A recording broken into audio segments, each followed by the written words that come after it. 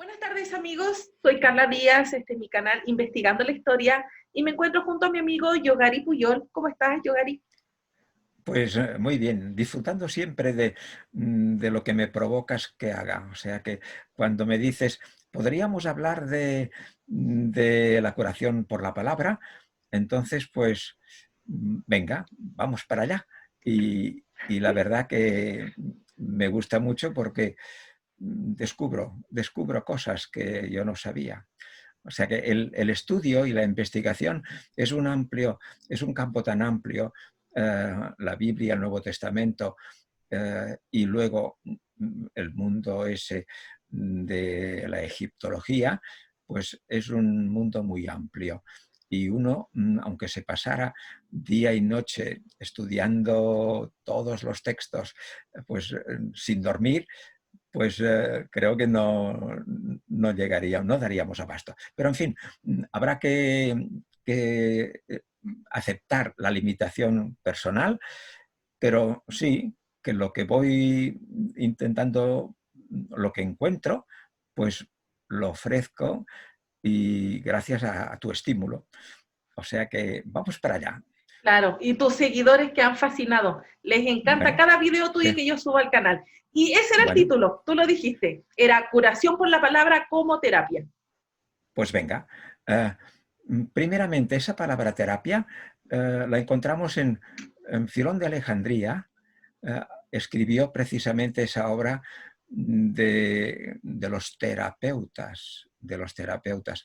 Terapia significa curar, aliviar, aliviar.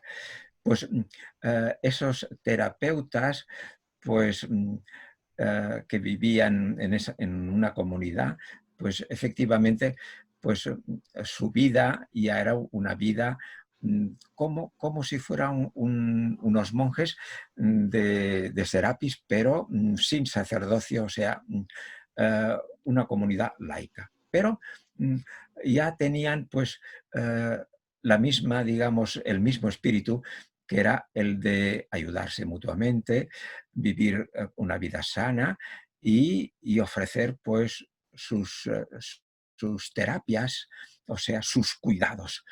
Y entonces yo creo que Jesús eh, tiene, a ver si logro pues ofrecer que Jesús no era un charlatán o no era un hombre que hacía magias, sino que hacía algo muy importante, que es eso, una terapia, un alivio por la palabra. Y creo que en el Evangelio hay muchos ejemplos. Claro. Y entonces, pues quisiera hoy hacerlo. Pero eh, como mi especialidad es eso, es la literatura comparada, o sea, mm, comparar el Nuevo Testamento, la vida de Jesús o lo que hace Jesús, con lo que yo creo que es la fuente, o sea, es la gran teología egipcia. Pues muy bien, hoy quisiera presentar la estela de Metternich. Y creo que esa estela pues, puede ayudarnos a comprender muchas cosas. Pues mire, la estela de Metternich fue encontrada en Alejandría en el año 1828 durante los labores de excavación para la construcción de una cisterna en un antiguo monasterio franciscano. Y esa estela, que es de granito, eh, no es muy grande, creo que tiene 80 centímetros, o sea, no llega al metro, y unos 30-35, o sea, es una estela de granito, de piedra, y de dimensiones reducidas. Y fue realizada en el reinado de Nectanebo II, o sea que estamos en el año menos 359 al menos 343, o sea, en esa época, digamos, en el año menos eso, menos 350 para... Como la 30 dinastía egipcia más o menos. Sí, muy bien, sí que sabes más que yo. No creo. Muy bien, estupendo. Pues muy bien, entonces vamos para allá. Esa estela fue presentada por Muhammad Ali Pasha al príncipe Metternich O sea que, no sé, quizás seguramente sería eso de que ese Ali Pasha, pues encontraron esa piedra y entonces estaba ese noble que se llama Metternich y entonces se la regaló. Pues muy bien, muchas gracias, ¿no? Pero no es solamente un monolito de una piedra eh, que se ven efectivamente pues el dios Tot, el dios Ra, etcétera, sino que hay, y es lo que nos interesa, hay un texto muy importante. Ese texto yo creo que precisamente vale la pena reflexionar mucho porque para mí me ha abierto bastante y consolidado en la idea de cómo se ha construido el Nuevo Testamento, el Evangelio. ¿Por qué? Porque precisamente hay una gran lucha, que esto lo tenemos olvidado, entre la familia. ¿La familia de quién? Osiris, el dios Osiris, su mujer Isis, el hermano Set y el hijo póstumo de Osiris, que es Horus, Harpocrat. Muy bien, pues eso, estudiándolo bien, me parece a mí que nos da la clave para entender eso que estoy diciendo de la configuración de Jesús. ¿Por qué? Porque hay algo que, eso, como digo, que lo olvidamos. La idea de la sucesión en el reinado, una vez Osiris ha muerto, entonces Set quiere ser el sucesor, o sea, el rey. Quiere ser el que tiene todos los poderes. Y entonces se encuentra aquí con el problema de la Isis, que es la esposa, y de ese niño Horus que va a nacer. Y aquí, en ese Horus que todavía no ha nacido, pero que Isis ya está preñada de él, gracias al, digamos, a lo que pasó con Osiris muerto, que tuvo el semen de Osiris, y Isis quedó encinta. Muy bien.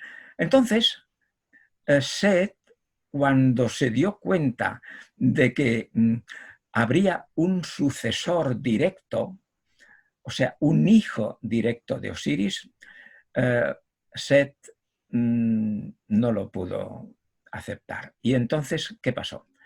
Intentó matar a la madre. Y aquí verán el paralelismo exacto entre la huida de ese José y María, y en que hay unos momentos en que se van hacia Belén, que también forma parte de algo de ese de Metternich, pero sobre todo cuando se le dice ya a José, cuando se le dice, vete porque quieren matarte. Y es entonces el momento, la famosa huida a Egipto, la huida a Egipto. Muy bien, pues entonces, ¿qué dice esa estela, ese texto? Dice que Set, al saber que su hermana estaba encinta, que iba a tener un niño, entonces, perdón, entonces ocurrió que Tot, en el Evangelio se dice que el ángel del Señor avisó. El ángel del Señor avisó a José. Y aquí es Tot, el dios Tot, avisa a Isis y le dice, huye, vete, escóndete, porque quiere matarte. Esto es increíble. lo que ha pasado al Evangelio, porque estos ya siempre estamos diciendo que hay algunos textos y algunas cosas que son, digamos, no cogido por los pelos, ni muchísimo menos, pero y hay una redacción más importante. Pero aquí nos acercamos casi a una fotocopia. Además se dice que ese niño que van a nacer, que es Horus, ese niño pues crecerá y va a fortalecerse y será Señor y Rey. Y aquí en el Evangelio también lo leemos. Leemos que el niño pues crecía y se hacía fuerte, etcétera, etcétera. O sea que aquí tenemos una primera visión de esa lucha. ¿Qué más tenemos en esa visión de Metternich? Pues tenemos algo también muy interesante, que es que hay el aspecto ese de la lucha y hay un momento en que Horus, ya de mayor, como esa lucha para el ser el sucesor de Osiris, dura mucho tiempo. Y hay una serie de escenas que no vamos ahora a hablarlas todas, sino vamos simplemente a decir una. Y es que hay un momento en que Horus le da la sensación que su madre apoya un poquitín, hace algún gesto de algo a favor de su tío Set. Y Horus no lo puede aceptar. ¿Y qué es lo que hace? Corta la cabeza a Isis. Corta la cabeza a Isis. Aquí, en ese cortar la cabeza, sí que tendríamos unos paralelismos muy especiales y podríamos hablar de cómo es posible que a Juan Bautista le cortan la cabeza. También hay algo de eso, yo creo, pero en fin, no vamos a hablar ahora de eso. Pero sí que hay algunos otros momentos en que se dice en el Evangelio de Lucas que Jesús dice, y los que no están a favor de que yo sea el rey, traédmelo ante mi presencia y cortadle la cabeza.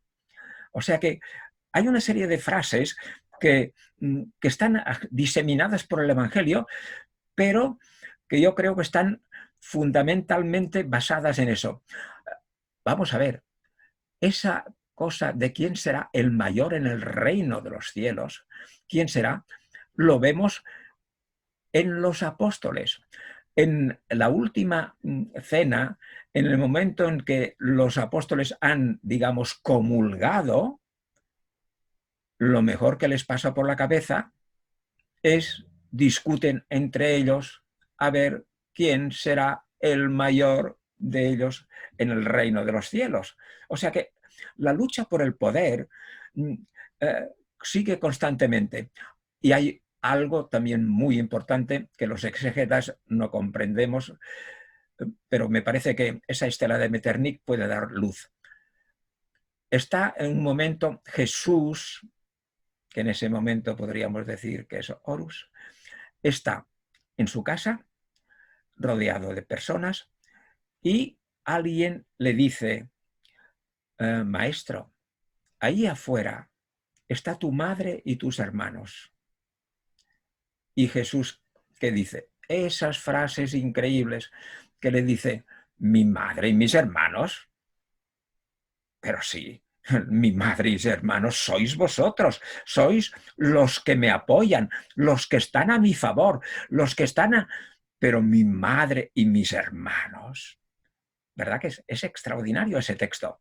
Y ya no digamos, por ejemplo, también algo muy especial que en Caná, cuando está las bodas de Caná, en el banquete aquel, pues la madre, María, le dice a Jesús, hijo, mira que no tienen vino. Y Jesús, de una forma muy, digamos, repelente, le dice, mujer, ¿qué te importa? ¿Y por qué te metes en estos? Esto? No, le dice mujer. O sea que hay una serie de, una tensión hay algo que está en el Evangelio del Nuevo Testamento, en muchos pasajes, como digo, clarísimamente, y otros así, un poco diseminado, pero que está late la idea de quién será el Mesías, porque también hay seguidores de Juan Bautista, a ver si será Mesías Juan Bautista o si será Jesús, quién eres tú, o hay que esperar a otro, etcétera. O sea, hay esa cosa latente, ¿verdad? Pues muy bien, pues hay este aspecto en la estela de Metternich, pero hay algo, era inevitable decir eso para prepararlo, pero luego hay esa Isis que dice, en esa huida para escaparse de Set, empieza a andar, empieza a caminar, ¿verdad? Y está rodeada de 7 escorpiones, de 7. Bueno, pues vamos a ver, de estos 7 escorpiones, es que encontramos algo en el Nuevo Testamento que nos hable de eso, de Jesús caminando. Leamos un poco el texto de Metternich. Dice, conmigo venían los 7 escorpiones vigilando y protegiendo el camino para que nadie pudiese entorpecer mi viaje. Y en el Evangelio tenemos algo muy raro. Dice, Jesús envía a los 72 discípulos. Después de esto, estamos en Lucas 10, 1-10, dice, después de esto el Señor designó a otros 70 y los envió de 2 en 2 delante de él a toda ciudad y lugar. Pero claro, eso solamente está dicho en Lucas 10, 1-10, pero si leemos los sinópticos, solamente es una vez que Lucas pone eso de los 70, 72. Al lado, los que hablan, por ejemplo, el mismo Lucas en el capítulo 9 y Mateo en el 10 y Marcos en el 6, habla de los 12 apóstoles. O sea que hay algo latente también aquí, que vemos que Isis está rodeada por estos 7 escorpiones y Jesús pues tiene a esos 72 discípulos, o bien que en realidad son esos 12 apóstoles. Sigamos. Dice el texto de Metternich, les dice, yo les ordené en voz alta a esos escorpiones, y mis palabras atravesaron el viento y penetraron en sus oídos. No conozcáis ni saludéis a nadie. Por favor. Jesús le dice a los apóstoles. Por favor. Lucas 10. Después de esto el Señor designó a otros 72, les envió de 2 en 2 delante de él a toda ciudad y lugar donde él había de ir, y a nadie por el camino saludéis. Estamos repitiendo casi una fotocopia. Es increíble. Sigamos. Cuando dice el texto de Metternich, cuando llegamos cerca de las casas, una mujer me cerró la puerta por miedo a los 7 escorpiones que me seguían. Continué mi camino y encontré a una mujer que me abrió la puerta de su casa en la que pude descansar. En ese mismo texto que dice, cuando vayáis por esos pueblos, en cualquier ciudad donde entréis y os reciban, comed lo que os sirvan. Sanad a los enfermos que haya en ella y decidles, se ha acercado a vosotros el reino de Dios. Pero en cualquier ciudad donde entréis y no os reciban, salid a las calles. Tenemos exactamente lo mismo. O sea que Isis, cuando va con ese viaje y entra en los pueblos, se encuentra en una casa en que no la reciben. Y en cambio en otras sí.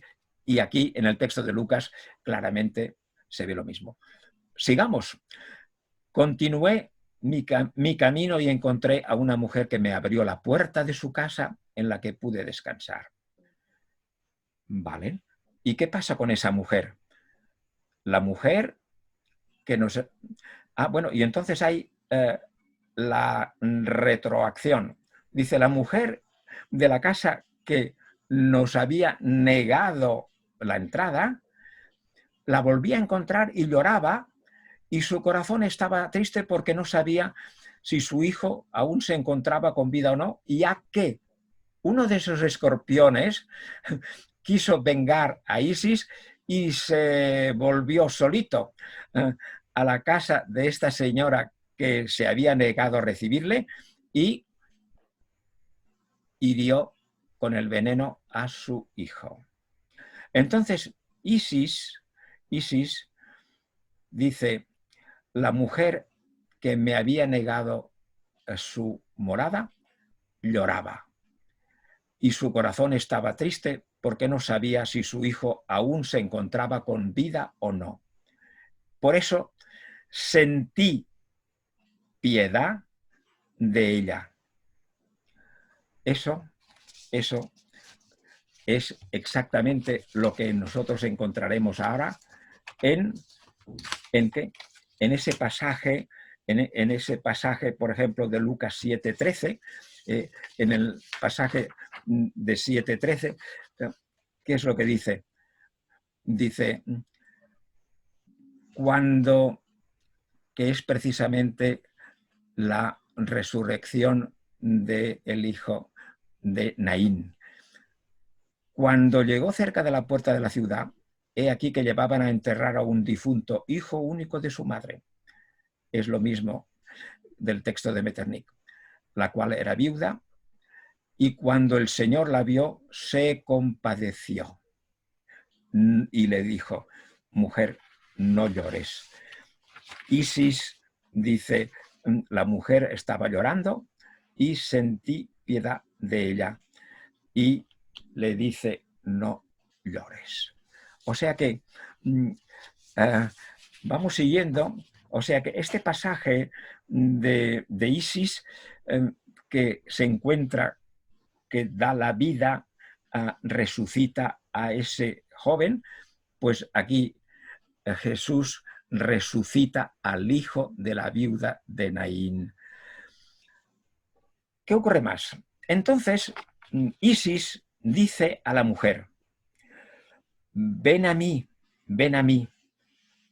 observa mi boca que da la vida, que tiene el poder de destruir a las malas criaturas con la emisión de ciertas palabras que mi Padre me ha dado a conocer. Soy su amada hija, la descendencia de su cuerpo. Y yo, Isis, la señora de la magia, cuya voz hace que se despierte de la muerte, dije en voz alta las palabras poderosas, las palabras que puede oír incluso la muerte. Yo creo que aquí especifica clarísimamente que Isis tiene el poder de la palabra que ha recibido de su padre. Y entonces, ¿qué leemos en Jesús?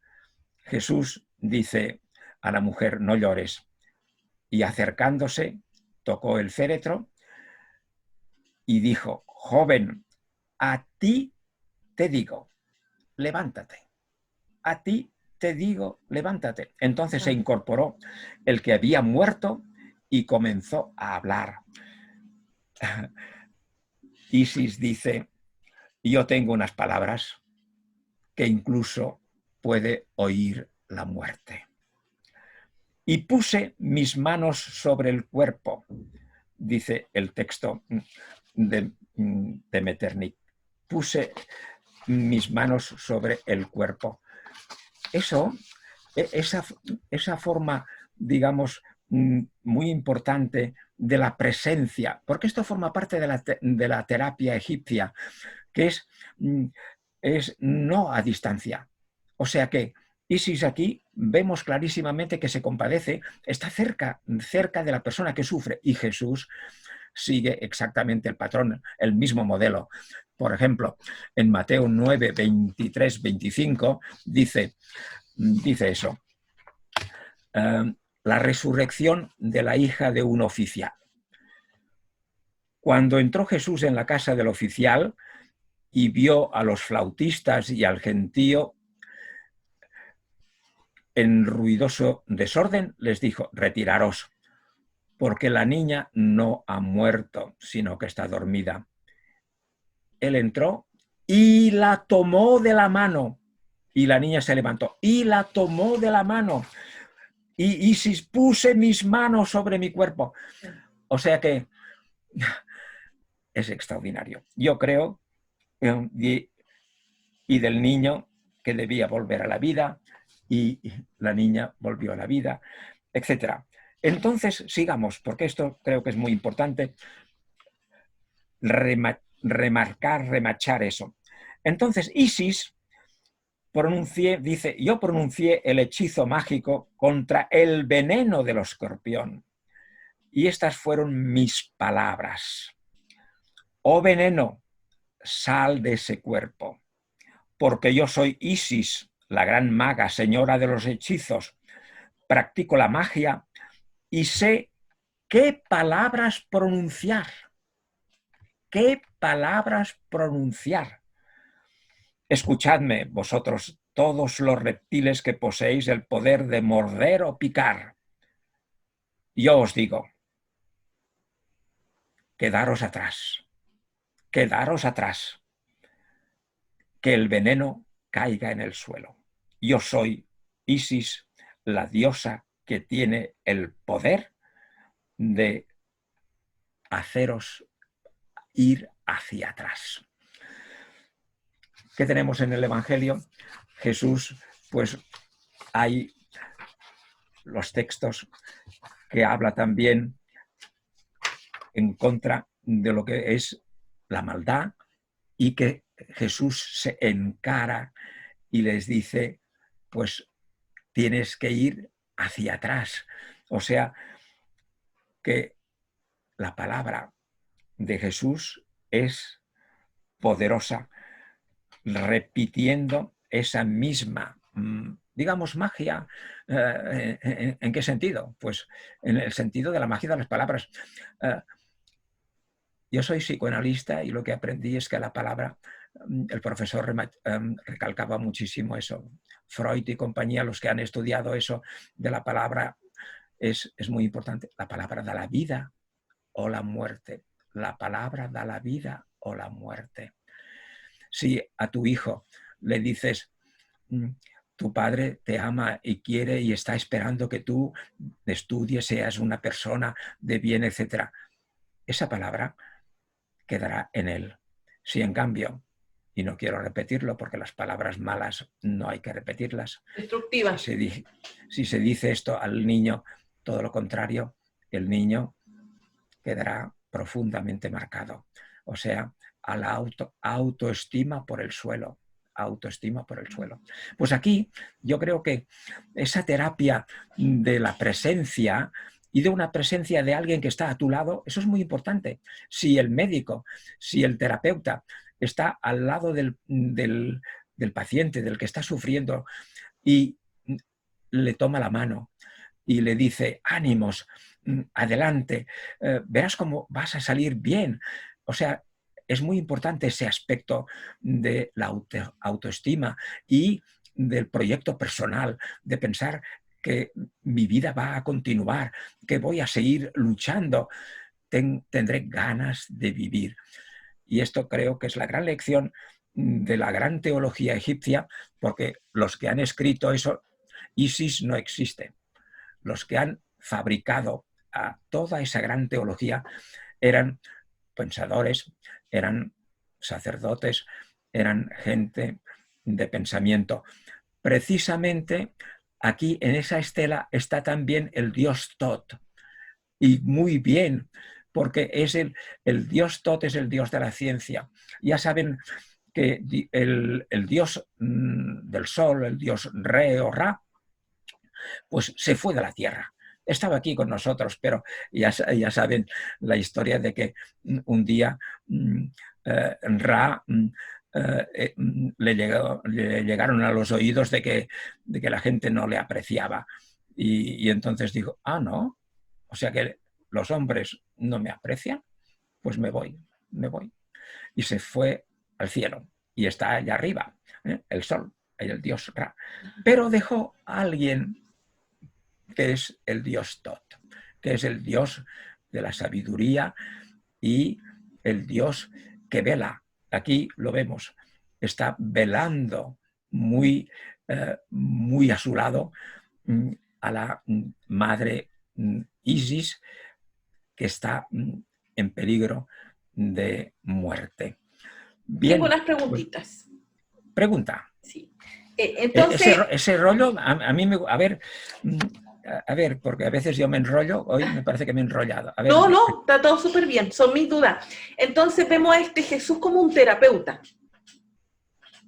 sí, claro. Ok. Sí, porque la palabra terapeuta significa eso, significa el que cuida, el que, el- bueno, el que se ocupa de aliviar el sufrimiento. Y creo que esto, yo creo que es importantísimo. Y se supone Entonces, sí. que Jesús representa esta Isis egipcia, pero como en los tiempos de Jesús, incluso antes en el judaísmo, la magia estaba prohibida, todas esas cosas, tratan quizás de modificar un poco eso y dejar este Jesús terapeuta que sana por la palabra, como el Hijo de Dios, y no como esta Isis maga. Bueno, porque, claro, eh, vamos a ver, dentro de la gran teología egipcia hay dos tipos de magia.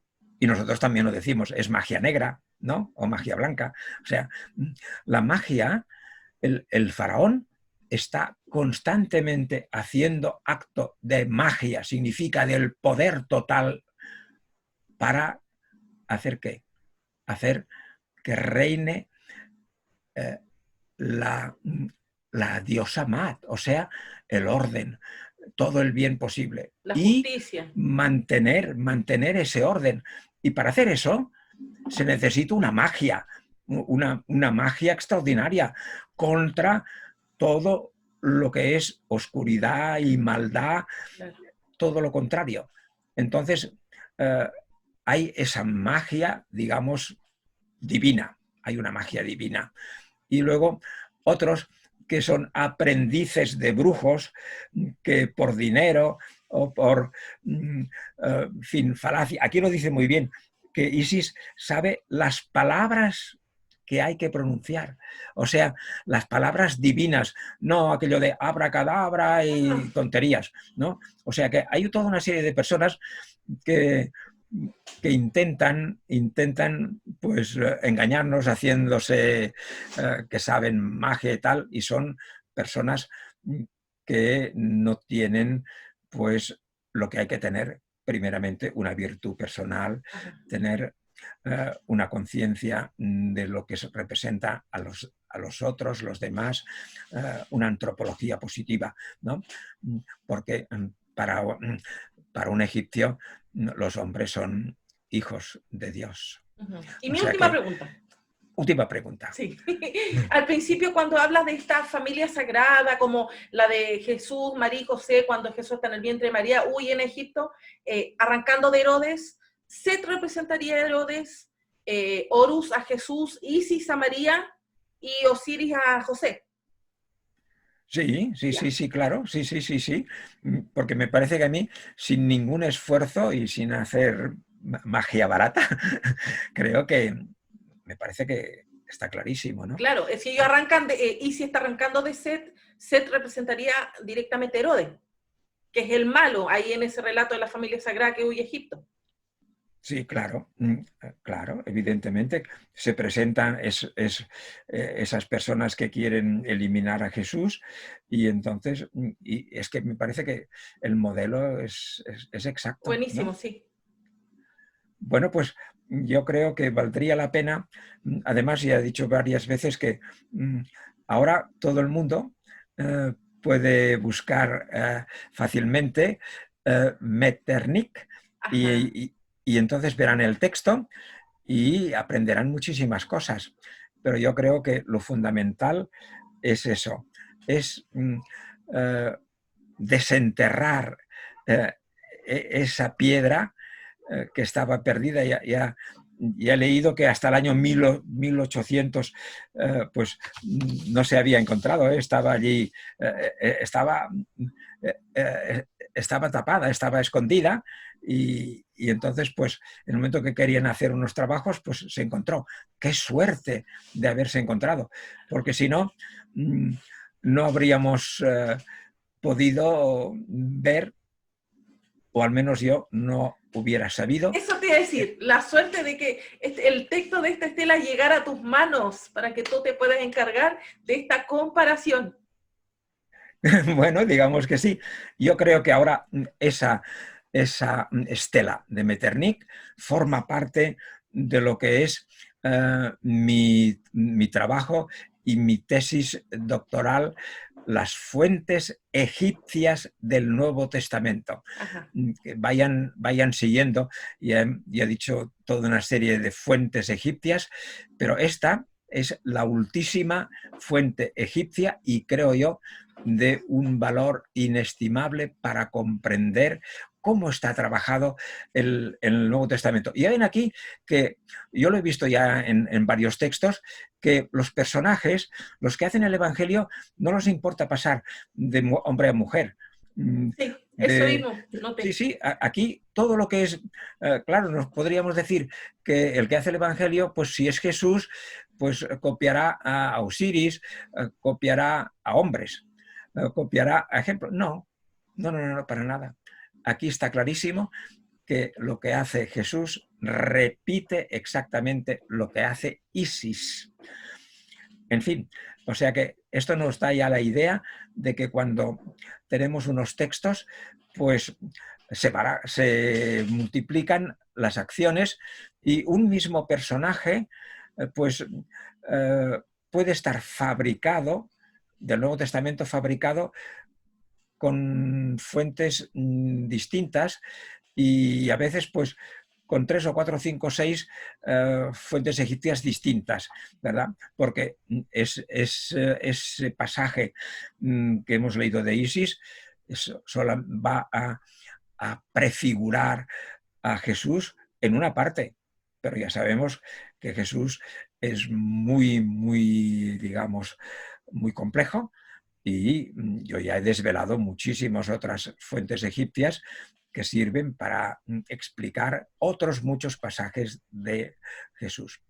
Pues, en fin, creo, yo seguiré pensando en esa fuente de la estela de Metternich, porque creo que hay otras muchas cosas que vale la pena pues tener en cuenta, porque para mí es una verdadera fuente egipcia del Nuevo Testamento. Gracias, muchas gracias, Yogari. Me encantó esta charla de hoy. Lo que nos has expuesto de esta estela, que yo no había escuchado, me encantó. Así que ahora a indagar, los amigos ahí que van a ver este video ya en unos días más, a indagar sobre esta estela y a este video le vamos a colgar unas imágenes preciosas porque estaba buscando ahora en la internet y hay muchas imágenes sobre esta estela. Bueno, pues estupendo. Así me gusta, pues, ir avanzando en ese conocimiento. Claro que sí. Entonces, nos despedimos de los amigos y muy bien. Tú y pues yo nos vemos en un par de días más para seguir grabando. Vale, incansable. Sí. Estupendo. Rodeados de 72 escorpiones, ¿o qué? Así es. No, maravilloso. Hoy día es todo maravilloso. 72 amigos, como mínimo, ¿eh? Sí. Vale. Muy bien. Cariño a los amigos. Chao. Adiós.